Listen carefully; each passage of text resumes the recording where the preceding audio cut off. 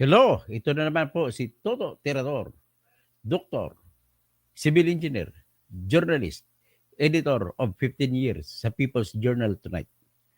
Ngayon, ang ating titirahin sa ngayon ay ang sinasabi ni sinasabi ni Alan Peter Cayetano na fake news. Fake news bakit? Ang problema pa to, ang nagpi-fake news yung fact checker pa. Grabe no? Tingnan natin in fairness naman sa Vera Files, pag-usapan natin. Obviously naman, ang problema lang dito is not the fake news siguro. Ang problema lang is the wrong tagging. Tinatag kasi si Duterte at saka si Alan Peter Cayetano naninong sila ng isabong. Unfair naman ito na kuan. Alam mo kasi kapag may reputasyon ang isang organisasyon na magbigay ng opinion ay maraming maniniwala ron. Kagaya ng Vera Files, mataas ang reputasyon po ng Vera Files. Kaya maraming maniniwala diyan, sana mag-ingat naman sana ang Vera Files. No, hindi naman actually isa sa paborito kong website itong Vera Files. At isang paborito sa writer nila na gusto ko lagi kong binabasa ay si Antonio Montalban II. Si Aileen Tordesillas, sino pag iba, ang dami nila. Bilib ako sa kanila. Masipag sila at hopefully magpapatuloy yung lahi nila kasi yan ang mga pag-asa natin makatulong din sa ating bayan. Yung mga fact checkers at saka mga journalist. Pero in this case ay ipresenta ko lang muna yung umangal si Alan Peter Cayetano na dalawa sila ni Duterte na tinuro na ninong ng isabong. So anyway, bago ko ilabas, bigyan ko lang ng konteksto. Konti. Ang sumulat po si Mr. Antonio Montalban II, napakagaling na napakagaling na journalist ito at saka comentarist. Na-interview niya si SPO3 Las Cañas. Ang dami ng mga sinulat niya, mga magaganda, malalalim mga sinusulat ni Antonio Montalban. Minsan kinu-call out niya ako nito sa aking post. Sinagot ko siya, bakit mo ako kinu-call out? Tama naman po ako. In fact nga, paborito nga kitang basahin sa Vera Files. So, sinasite ko pa nga sa blog yung kanya mga vlog niya, mga write-ups niya, mga interview niya kay Las Cañas, pinalabas ko yan. So ngayon, ito, umaga lang si Mr. Alan Peter Cayetano. Ay, Pastor Rodi Rabi, hindi na kita sinagot kanina kasi medyo, alam mo na, nasa private moments ako nung tumawag ka. Ngayon, ang ating pong pag-usapan dito ay sinabi ni Alan Peter Cayetano. Sumulat po kasi si Antonio Montalban II, isang magaling na writer, tungkol sa isabong, kung paano nagsimula. At kinwento niya na nagsimula ito kay Atong Ang at ginamit ni Atong Ang lahat ng kanyang influensya. May influensya sa kay Duterte. So, obviously, conforme naman ako na ginamit niya si Duterte para maipasa sa Kongreso, sa House of Representatives at saka sa Senate.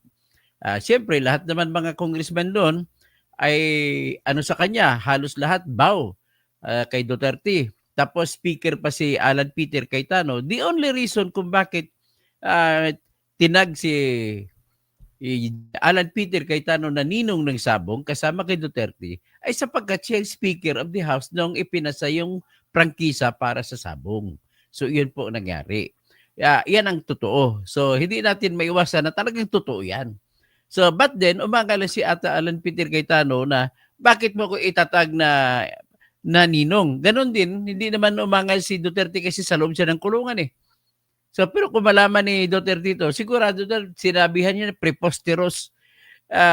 Alam mo, panahon nung si Alan Peter Cayetano speaker na ipasa yung Pugo, isabong. So, ibig mo sabihin, nangyari sa Pugo si Duterte tsaka si Cayetano may kasalanan. Tapos, may nangyari sa isabong. Pinasa nila as batas. Binigyan ng prangkisa si Atong. Hindi lang si Atong kumuha niyan. Ang kaibigan pa ni Pyra Lucas na si Bong Pineda, binigyan din ng isabong na prangkisa. binigyan si Camilo Casculan, binigyan si Patrick Antonio, binigyan si Arne Teves, binigyan yung isa pang mayor. So, 6 sila ang may prangkisa sa Isabong. So, in other words, sa 6 na sa Isabong na yan, ikaw ulit, tanungin kita, sa lahat ba ng Isabong na yun na binigyan ng prangkisa, sino lang ang may issue sa missing sa Bungero? Di ba si Atong Ang lang? So, ibig sabihin po, hindi pwede sabihin na kung mo nag-grant ng prangkisa ay masamang tao na. O in fairness naman kay Bong Pinida, wala namang nawalang sa Bungero. In fairness naman kay Patrick Antonio, wala namang nawalang sa Bungero. In fairness naman kay Arne Teves, ang nawala lang si Digamo. Pero ibang dimension naman po 'yun. Kundi ang dimension nila diyan ay politika naman yung kay Arne Teves. Ang dahilan kung bakit ako naniwala ako siya talaga nagpapatay kay Digamo at saka iba pa. So, pero may connection din 'yon sa sugal. Kasi bakit? Kasama po kasi sa politics, lalo na sa Pampanga, the capital, gambling capital of the Philippines, ay yung politics. Kasi he who controls the politics ay controls the gambling enterprises in a particular province. So in the case of Negros Oriental compared to Pampanga, halos pareho din, pero ang intensity lang mas matindi sa Pampanga. Ang ganon din sa Negros Oriental, iisa lang ang ulo, si Arne Teves lang. Sa Pampanga, si Bong Pineda. Pero si Atong Ang naman, pangkalahatan. So, ang sa akin lang naman dito, ipo-point out ko, ilabas ko yung salita ni Mr. Alan Peter Cayetano na nagrereklamo siya. Bakit naman na although ang facts lang na totoo doon sa sinabi ni Antonio Montalban II ay yung katotohanan na ang speaker noon ay si Alan Peter Cayetano. At sa panahon na yon, nagpapalit na ng speaker. Gusto nang pumalit ni Lord Alan Velasco. At sigurado ako na yung mga expose laban kay Alan Peter Cayetano ay nanggaling din sa kakampi ni Duterte na si Lord Alan Velasco. At mind you, ipalabas ko po yung muna yung sulat ni Antonio Montalban II. At dito natin himay-himay natin ang kanyang sinabi. At katotohanan naman ito na pinupost din talaga ni Duterte ang Isabong tsaka Pogo. Pero fake news na yan para sabihin na sila yung nag-utos pumatay para sa Isabong tsaka sa Pogo. So yan po. So ngayon, nag-ahangal ang mga DDS. Ayan, nag-umpisa na naman sila sa Isabong. I-connect naman nila kay Tatay Digong. Yun ang sabi ng mga DDS. So true enough, ganito nga nangyayari. Ang partisipasyon nila gumawa ng batas. Ang partisipasyon ng presidente bibigay ng certification sa mga congressmen at saka senador, babilisan yung batas. So, pero ang final form ng batas, kung paano gagawin, paano detalye sa batas, ay mga congressmen at mga senador ang gumawa nun. Pagkatapos na nagtuloy-tuloy, starting 2021 po ang batas. May 2021 ang eksakto na prangkisa. May 3, 2021, nag-umpisa po ang prangkisa nila ni Atong Ang. Pero ang problema kay Atong Ang, sa akin naman pagsasaliksik, ay wala pa silang prangkisa, may Isabong na siya. Biro mo, nawawala, yung unang nawala ng report ay April 2021. Pagkatapos, May 3, 2021 sila binigyan ng prangkisa. At binawi, pinatigil ni Duterte ang Isabong May 3, 2022. So dahil naman ito po, nagresulta ito, in fairness naman kay Bato na tinuturo ng mga anti-DDS na si Bato daw ang isa sa senador na maliban kay Alan Peter Cayetano na senador ngayon, ang isa sa mga senador na tumutulong sa Isabong. Pwede natin sabihin na tumutulong si Bato sapagkat ang kanyang classmate sa Philippine Military Academy na si Camilo Casculan na naging PNP chief din ay isa rin sa may prangkisa sa Isabong. So, pero in fairness naman kay Bato, siya ang nagpa-imbestiga sa Senate investigation. Kaya dahil doon, na-expose si Atong Ang na siya pala yung kanyang lucky Lucky Quest 8, kung hindi ko maintindihan ang kanyang pangalan ng kanyang korporasyon, basta Pitmaster. Ang grupo ni Atong ang lumalabas ang tinutukoy sa mga nawawalang sabungero. At wala ka makikita na reklamo laban sa Bilbidre na ni Bong Pinida at saka yung iba kay Arnie Tevez, kay Camilo Casculan, kay Patrick Antonio, at saka yung isa walang reklamo doon. Kay Atong lang talaga may problema. So, with that, lumabas din sa Senate hearing na sa report nila ni Bato, pinapaimbestigahan sa NBI at saka PNP si Atong Ang. Kasi tinuturo si Atong ang depensa lamang ni Atong Ang ay sinisiraan lamang daw ang Lucky Quest. Kasi daw gusto daw agawin ang negosyo kasi 95% ng taya sa isabong ay si Atong ang nakakapture. Yung 5% pinaghati-hatian na ni Bong Pinida, ni Arnie Tevez, ni Patrick Antonio, si Camilo Casculan, at saka yung isa. So, ganun po. So, in effect, ang depensa ni Atong Ang, hindi ako may gawa nito, kundi mga kalaban ko. O, ngayon, ang tanong naman kay Atong Ang, kung ang kalaban mo gumawa, bakit ikaw lang? Bakit hindi si Bong Pinida ginawa ng issue? Bakit hindi ginawa ng issue si Arnie Tevez? Bakit hindi ginawa ng issue si Patrick Antonio? Yan na po ang sagot sa iyo, Atong Ang. So anyway, pag-usapan natin ito kung paano natapos ang batas, nabigyan ng prangkisa May 3, 2021 si Atong Ang at nagtuloy-tuloy ang kanilang, hindi lang siya ang nagka-benefit from there. Sila si Bong Pinida nagka-benefit din. So nagtuloy-tuloy ang operasyon niya hanggat sa may nagreklamo noong April 2022. 2021? Nag-umpisa na wala. Hanggang sa March 2022 may reklamo. At nagpatawag si Bato ng hearing April 2022. So, nag-hearing. Doon sa hearing, pinatawag si Atong Ang. Si Atong Ang tinuro po ng mga testigo na si Boss AA. Si Boss AA ang may pakana nitong mga nawawala. Sinabi talaga yun doon ng mga testigo. Pwede kong i-present pero wala tayong oras. Pero sa separate vlog ko, ipipresent ko talaga yung mga testigo na nagturo talaga, nagsabi na si Boss AA. Although wala silang personal na nakita na si AA ang nag-utos. Ang sabi lang nila, kilala nila si AA. At kilala nila na si AA ang nag-utos. Yan ang sinasabi nila. Kaya, yan din man ang dahilan kung bakit nag-utos ang report na pinirmahan ni Lacson, pinirmahan ni Soto, marami silang pumirma. Si Drilon, pumirma din. At hindi pa, nagpumirma din ata si Alan Peter Cayetano.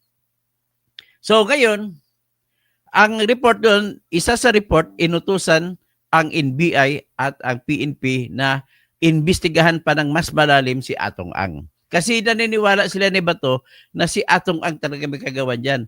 Ang interest ni Bato nung araw na yon, sigurado ako na tulungan niya yung kanyang classmate na si Camilo Casculan. Classmate sa PMA. So, with that, ang nangyari, dahil nandun din yung tatlong bata ni Colonel Rogart Campo na natanggal na sa Philippine National Police, andun yung tatlong bata diyan, si Sergeant Navarrete, Sergeant Paghangaan, saka si Sergeant Brosas, na siyang dumukot, kinuro siya ng mga kapatid. Kasi nang dinukot yung master agent ng Pitmaster na si Ricardo John Lasco ay doon sa bahay niya sa San Pablo, sa subdivision doon, San Pablo City. At nagkataon na nandun din mga kapatid niya.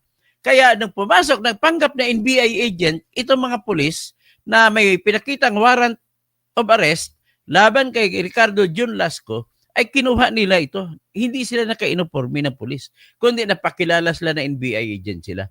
Pero kilala ang mukha nila.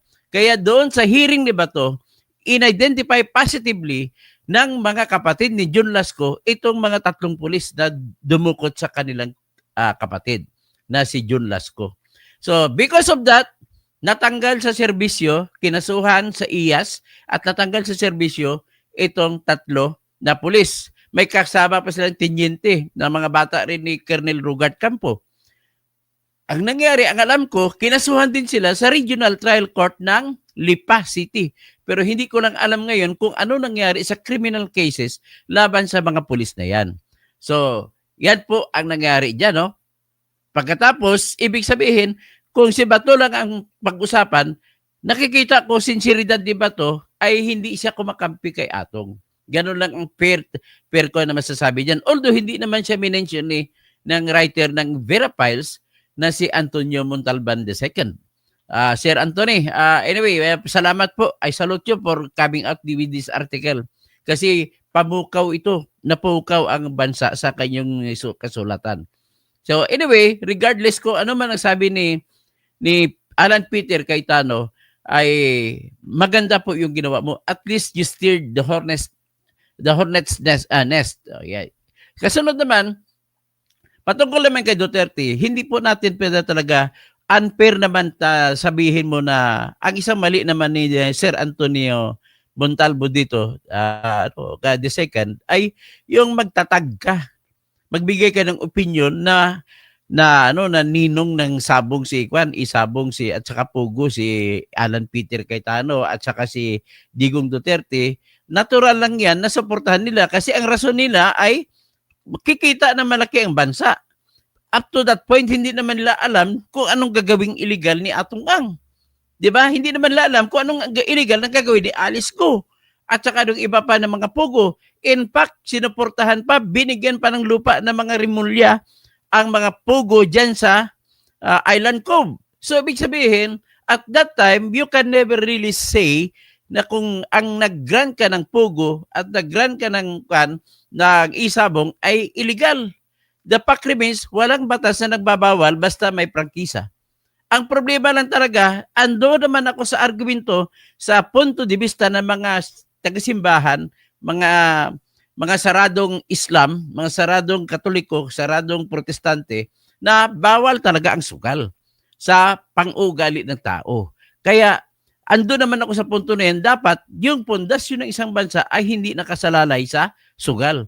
Although, marami ding bansa o lugar na naglago ang ekonomiya dahil sa sugal, kagaya ng Macau. Nakapunta ako sa Macau, ang ganda-ganda ng Macau. Hindi naman ako nakapunta sa Las Vegas, pero nakikita natin sa mga videos kung paanong Las Vegas. At kung makapunta ka sa Macau ngayon, kung ano halos lahat ng building meron sa Las Vegas, ay kinopya dyan sa Macau. Kaya kung gusto nyo makita ang Las Vegas na mura lang, punta lang kayo sa Macau. Mura lang aeroplano papunta doon. At wala namang passport kailangan. Kasi ano kayo pag isyal, walang passport. Passport, may passport, walang visa pala. Wala nang visa-visa, kahit China yon, pero exempt yan sa territory. Hindi, kagaya ng Hong Kong, hindi mo na kailangan ng visa, maliban lang kung ikaw ay si Senator Tolentino, bawal ka na pumunta ng Hong Kong. Bawal pumunta ng Macau, kasi binawalan ka ng China. So anyway, the reality is, ayaw natin ng sugal. Pero ang problema, yan ang mali naman ni Duterte tsaka ni Cayetano. Bakit pinayagan ninyo ang sugal, ang isabong at saka pugo?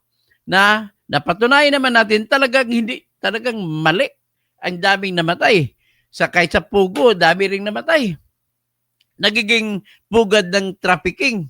Kasi kailangan ng tao. Ang sistema naman nila, kailangan nila may tao para mag-operate. Ang sistema rin sa isabong, ayaw ni Atong na may tiyupi, kaya pinatay mga tiyupi. So, ganun po ang nangyari.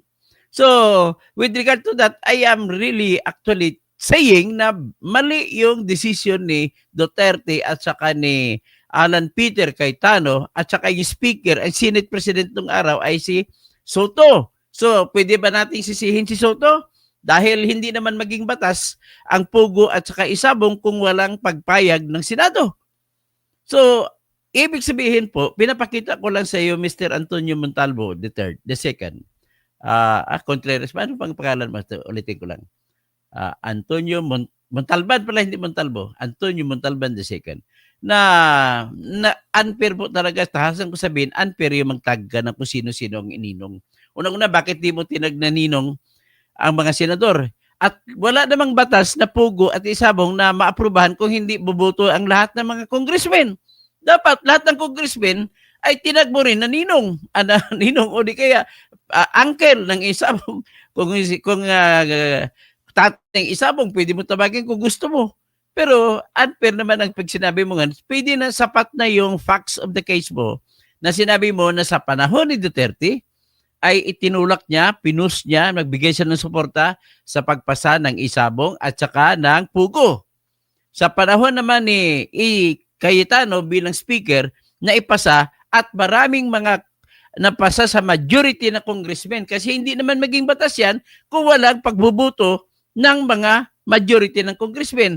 At hindi naman magiging batas yan kung hindi papayag ang Senado. Kaya pwede mo rin, kung tawagin mong ninong si Cayetano, tawagin mo na rin uncle o ninong si Soto kasi siyang Senate President noon. Pati mga senador na bumoto. Kasama si Lacson dyan.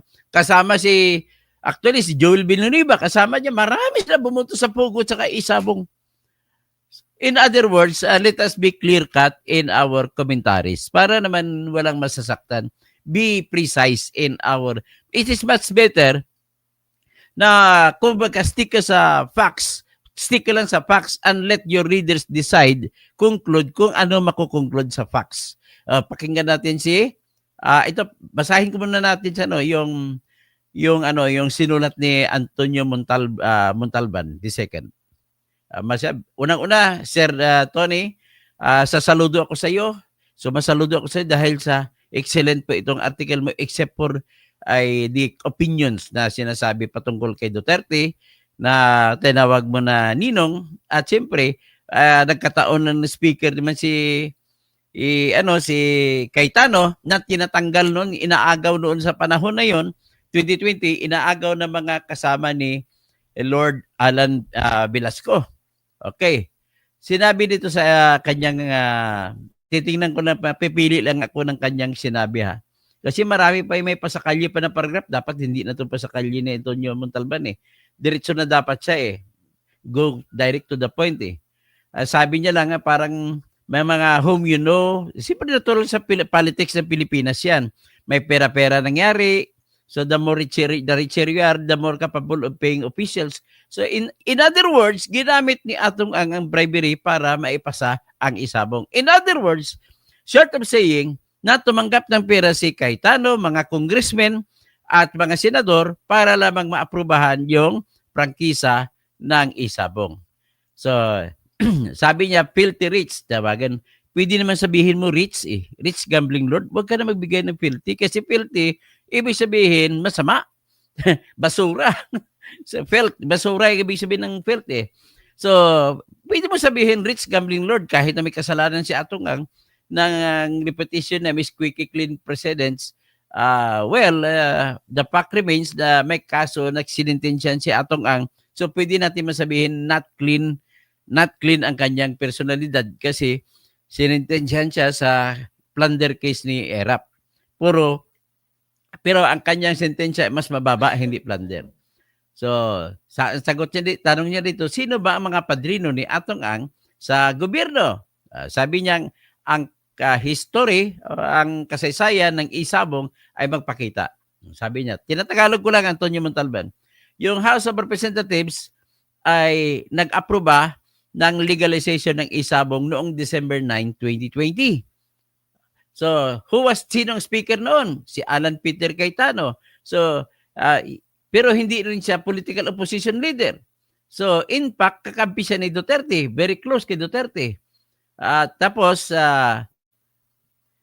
ang mga congressmen naman na nag-approve sa second reading, ibig sabihin maraming congressmen, ikaw mismo in-acknowledge mo, maraming mga congressmen nag-approve sa second reading. Ibig sabihin walang nag-oppose, nag-approve lahat. So at least ang pinag-usapan na lang, magkano ang buwis na kukunin. Yan ang tinitingnan nila dyan.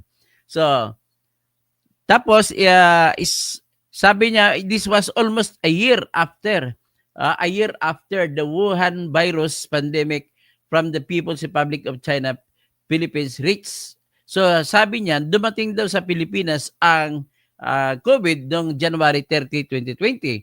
At noong December 2020, pinasa ang Isabong. So sabi niya, Isabong ay perfect ito sa social distancing. Kasi siyempre, mapepersa ngayon ang mga sabongero. Kasi hindi mo maiwasan, dami talaga Pilipino sabongero. Mahilig talaga sa sabong na hindi ko maintindihan kung bakit.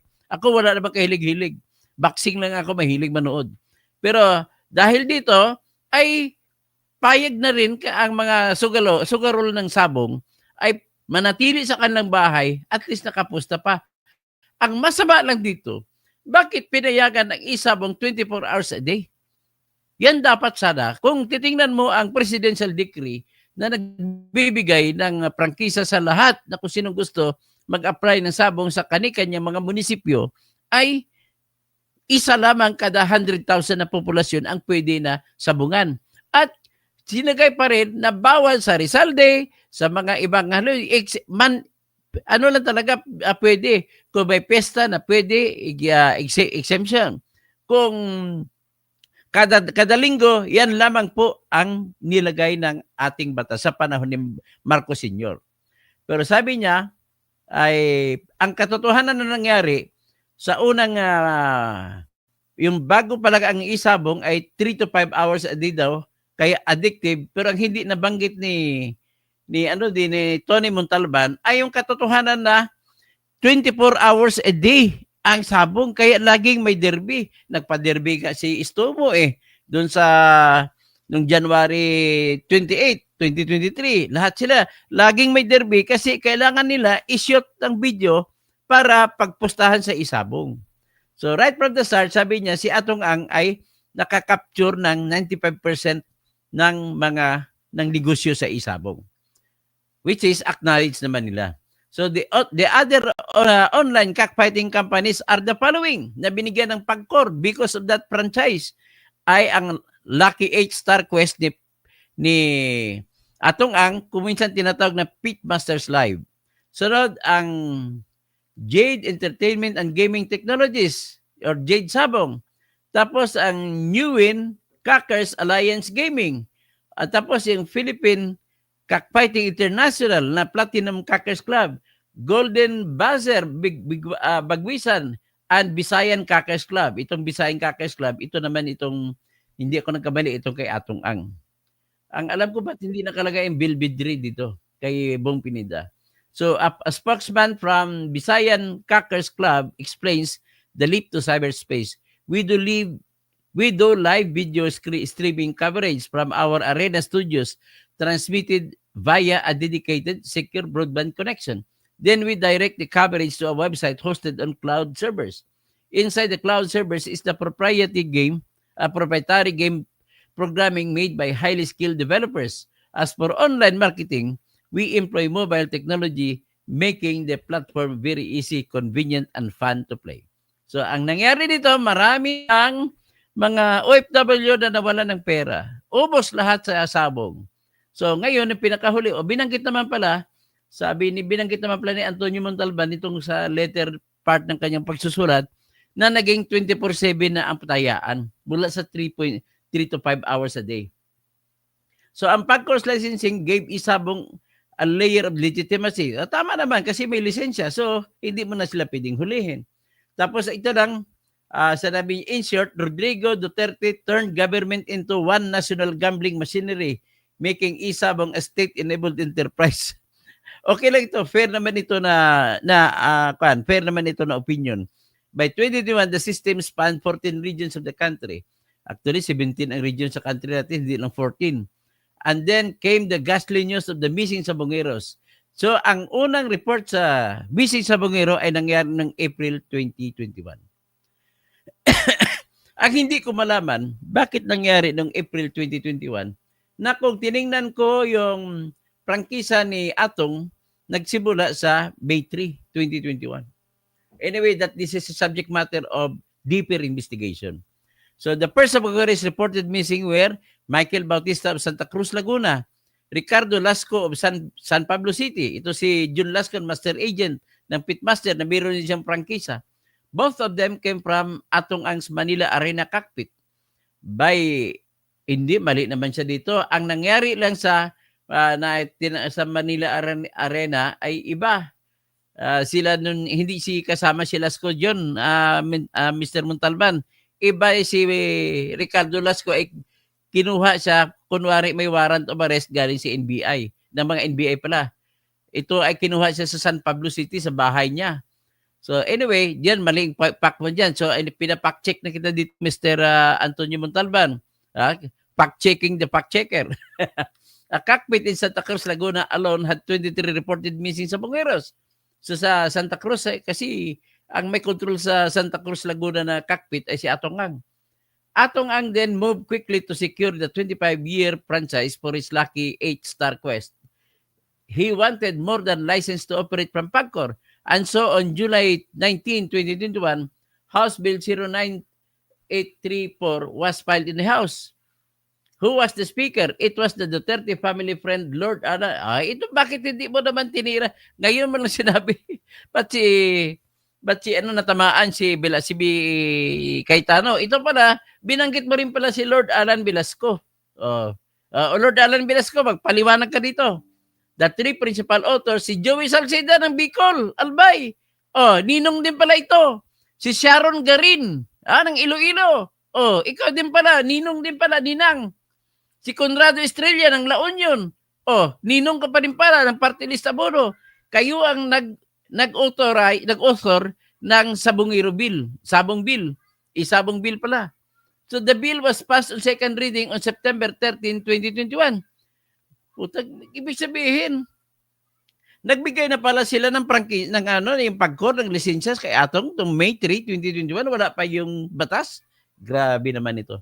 Less than a month after its first reading, on that same day, ibig sabihin, sinertify ni Digong na urgent kasi isang araw lang, first reading, tsaka second reading, nangyari sa isang araw. At tsaka yung third reading, nangyari sa isang araw. Matindi si Atong Ang. Maraming pera binigay siguro kay Duterte, kay Lord Alan Velasco at sa mga congressmen. Nag-una-unahan. Alam mo naman congressmen, dumirma lang ng impeachment kay Sara, nag-uunahan pa 150 million ba naman? Yan ang matindi, no? Maraming mga ipokrito dyan. Yung mga tinatanong ko lang sa iyo, pumirma din man kasi yung mga makakaliwa tumanggap din ba sila ng 150 million? Tanong lang yan. Sumagot na kayo na bahala sumagot. Alas, the Senate was engrossed in the hearings. Nag-hearing ngayon ang Senado noong March 2022. At ang committee ng Senado na nag-hearing nito ay yung Committee on Public Safety ni Bato de la Rosa. At dahil dito, napilitan ngayon si Digong Duterte na ipatigil ang isabong. Dahil doon nakita na, lumabas na marami na talagang nawala, konfirmado. Yan po ang buong kwento.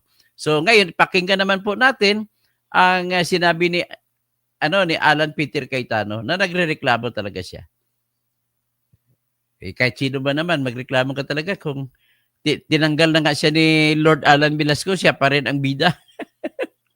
Hindi na sa speaker, tinanggal na siya, nag-resign na siya ito, pakinggan natin si Alan Peter Cayetano. Ito, sandali lang. Ito. Kanina kasi may lumabas na article, ninename ako as, I don't know the exact word, parang godfather ng isabong. Syempre, yung unang reaction po ng staff ko, dalawa. Yung iba na shock at nagalit kasi supposedly very credible yung news outlet and naturingan pa silang fact checker, di ba? At yung nagsusulat ay nagsusulat sa mga credible supposedly na outlet pero hindi niya chinek yung sarili niyang facts. So yung iba naman natawa kasi kung maalala nyo po 2022, ano po yung paulit-ulit kong interview? Hindi ba ho na dapat tigilan yung isabong? Kahit bumaba ako sa survey at eventually number 7, I was number 2 in the survey, number 2 and 3 ng October, November, number 1 in December. Before the election, I think it was number 4, number 7 ng election. At yung isa naming nakitang dahilan doon, yung tuloy-tuloy na pag-upak sa isabong, sa lahat ng radio programs, ina-advisean na nga ako nung iba na wag na at patapusin muna election. But sabi ko hindi, kailangan makarating to sa Pangulong Duterte, kailangan matigil to. So rewind, remember po sinong unang bumanat sa akin sa Congress at anong negosyo nun? Isabong. So sinabi ko na po nun na magiging rocky. Of course, hindi ko na-expect na matatanggal speaker but sabi ko later on na part of the reason why tinanggal ako bilang speaker is because yung ibang congressmen at may mga powerful people who wanted na maging institutionalized ang isabong at magka-franchise. So that's why yung mga staff ko natawa na lumabas tong article na to kasi it's not a simple mistake. So I won't muna talk more about it, but ang point ko po dito is simple. When you talk about success, you have to also look at the truth. Okay. Kanina kasi So, ibig sabihin, May high-tech Ang- medical scans na ang Wala. Sultan Kudarat Provincial Government na libreng magagamit ng mga residente. Alamin kung ano may lumabas na article so, ibig sabihin, ang atin lang dito ay ang katotohanan, kung paniwalaan natin si Alan Peter Cayetano, tinanggal pala siya dahil sa isabong. Natanggal siya pag-speaker eh. Kaya pala tinanggal siya at pumalit si Lord Alan Velasco. Yun pala, sila pala ang mga gusto magiging ang isabong mapapanatili. Mga grupo na yon, si Conrado Estrella III, si Joey Salceda, o sino pa, si Garin, si Aaron Garin. Yan pala, sila pala ang godfather ng isabong kasi binibigyan sila ni Atong Ang. Ay, nako. So, ibig sabihin, it is a case of ipasa-pasa sa ibang sisi. Kawawa naman si Alan Peter Cayetano. Tinanggal na nga siya. Yun pala, bakit siya tinanggal? Kasi nag-object siya. Ayaw niya ng isabong. Dahil nag-object siya, pinalit si Lord Alan Velasco. So kung pinalit siya, ibig sabihin, si Atong Ang namigay ng pera para makakuha ng 187 na congressmen si Lord Alan Velasco at papalitan si Alan Peter Cayetano. Yun pala, yan ang expose. Yan ang katotohanan na tinanggal pala si Alan Peter Cayetano dahil sa kagustuhan ng grupong ito na binigyan sigurado to, binigyan ito ni Atong Ang ng pera para bumuto para sa isabong. Dahil hindi nila makukuha, may humarang speaker, palitan ng speaker. So ngayon, no less than President Rodrigo Duterte compelled Alan Peter Cayetano to resign. Hindi natin alam. Yun pala, gusto ni Duterte din na magkaroon ng isabong. So yan po yung nangyari. So, okay? So siguro mag-shoutout na lang ako. Pakita mo sa Tom Pilay, nag-live ako. Ben Reclamador, umangal si Cayetano dahil sa term sharing. Hindi, pakana lang yun ang term sharing. Ang totoo pala talaga, isabong pala ang kwento. So, Direk Pacheco, ngayon senator, 10,000 pang ilan ka sa survey? Hindi ko alam kung pang ilan siya sa survey. Kasi unang-una, panalo naman siya, hindi naman siya tumakbo nung nakaraan eh. Tapos, ito naman si Kim Chang-ful, ano na si Kapersi eh. Wala, si Kapersi, inantay na si Bantag na mahuli. Ay, alam ka naman mag-vlog tayo na mag-vlog araw-araw kay Kapersi, wala na makinig sa atin. Ang inano na lang, inantay natin si Bantag ay arestuhin. Kaya hindi naman inaaresto ni Nick Torre, ay wala tayong magagawa. So Bernard Shaw, wala po tayong kinakampihan sa away BBM Group versus the 30 Group kung magpatayan kayo ngayon na para maibsan ang pagkahirap naming mga Pilipinos, granting who admitting na kung fake yung US police blotter. Ay, hindi po fake ang police blotter. Hindi po yun fake. I'm so sorry. Hindi po yun fake, ha? Bernard Shaw, ha? Nakuha ng mga Duterte Group. Hindi po yun fake. Ang sinabi lang, kasi nag-email din ako sa Beverly Hills Police, yun, may sinabi sila na meron silang mga detalye na sinadya nila na hindi ibibigay. Yun po yung sinabi ang sulat sa akin. Mamaya i-vlog ko ulit po. Ipakita ko sa inyo yung sulat ng Beverly Hills Police Department sa akin. Tapos, yun, lumalabas pa pala si mamaya, i-vlog ko, titingnan ko, i-check ko muna. May nagsinabi na fake news pala yung unang post sa Facebook na ina-attribute na post ng nanay ni Tantuco. So, hindi daw totoo yun. So, Mel NSJ, maayong palis si General kasi tiradura ang mga piki o tiraduri natin mga piki. Pastor Rodi Rabi, pasensya ka na. Ay, para lang kasi inamin ni Duterte na tumawag kay Atong Ang, sinasabi ko na nga, Mampayra, na inisponsoran pa ni Duterte ang pagpapasa ng isabong. So wala namang problema tungkol dyan. Kasi nung pinaproblem, patungkol naman po kay Michael Yang, ang ebidensya lamang natin dyan, yung sinabi ni Asierto at sinabi ni SPO3 Las Cañas. Titingnan pa natin yan, total allegation nun, wala namang pinresenta na hard evidence talaga si Las Cañas at saka si Asierto, kundi yung magkasama at magkaibigan, association, titingnan pa natin yan. Ang problema, wala na si Michael Yang dito. Pero naniniwala ako sa sinabi ni Asierto at saka ni Las Cañas. Pero hanggang paniwala lang ako. Until now, wala pa tayong nakitang ebidensya. Okay? Imornibal, shout out po sa inyo, Engineer Toto. May message po ako sa inyo. Salamat po. Sige. Frederick Iloro, maayong hapon. Idol, Atty. Toto Kausing, the best. Ingat po kayo lagi. Ricky Mantili, Atty. Engineer Kausing, DDS na ba? Hindi po DDS ang pagsabi ng katotohanan, Ricky Mantili. Ganun lang po kasimple. Bakit? Kung DDS, masama ba yung DDS? Ang problema sa inyo, tanim na sa utak nyo yung DDS, bobo. Hindi po, mga matatalino. Ang mga taga Mindanao po, matatalino. Roderick Pacheco, naghuhugas kamay si Alan. Hindi naman naghugas kamay. Kinlaro niya siya na kaya nga siya tinanggal pag-speaker dahil gusto ng mga congressmen na binigyan ng pera ni Atong na maipasa ng isabong. Okay? Roderick Pacheco, Mr. 10,000. Yung 10,000 niya, pinangako. Yan talaga i-criticize natin si Cayetano. Pati kaldero niya. Sa panahon na SEA Games, talagang birahin natin siya dyan. Roberto Mabasa, good evening Toto from LA. Pa-shout out. Thomas Isplana, gandang hapon po. Tuti Villaflor, watching from Binangunan, Rizal. Salamat po. Cesar Hugar, maayong hapon. Dr. Toto Tirador from Full-Blooded Ilonggo, Plumulok, South Cotabato. Andrea Guico, watching from Singapore. Rudy Rabi, let us ask DOJ to issue whole departure order. Ay sigurado ko, sisibat na yan. Report ko, although unconfirmed, report ko pa rin kasi nakapost na sa Facebook na naharangan sisibat sana si Atong Ang tsaka si Gretchen.